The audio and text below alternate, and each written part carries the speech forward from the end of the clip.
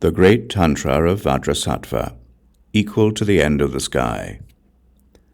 Like a bird living in the sky, we are happy along the pathways of samsara's crevasses. Like a magical illusion, we do not shift away from our natural condition.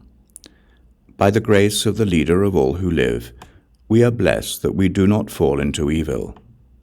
The power and force of self-luminosity are inconceivable. Self-luminescent wisdom has no going or coming. Self-luminous compassion has no position or preference. Self-luminous samadhi is not to be visualized. True self-luminosity is something we do not engage. The wind of the motion of thoughts does not dwell in this self-luminosity. It has no bondage or liberation. Luminosity is just like an oil lamp. A mind without conceptions does not engage. We do not think of anything. We do not consider anything.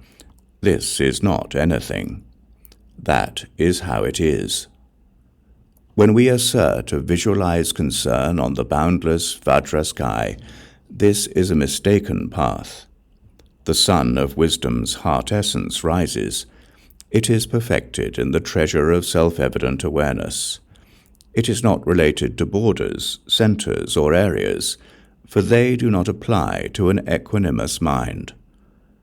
Non-dual awareness alone engages in the clear light that is not to be engaged in. It is like pouring water into water. This is how we place ourselves in the way of non-dual living. Samsara is obviously the heart essence of wisdom. The sun that burns away samsara has been empty of dark limitations since the primordial. The sun of luminous wisdom pervades everything. It is not a visualization. It is not anything.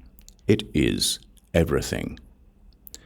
Compassion that has no position or preference encompasses all things, as does the border of the sky. The ocean of wisdom has no shores.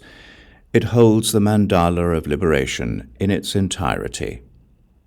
The embodiment of this naturally uncontrived heart essence, the mandala of the sun that does not shine, abides in a sky space that we do not seek, and like the mandala of the sky, it shines in the state of its uncontrived nature.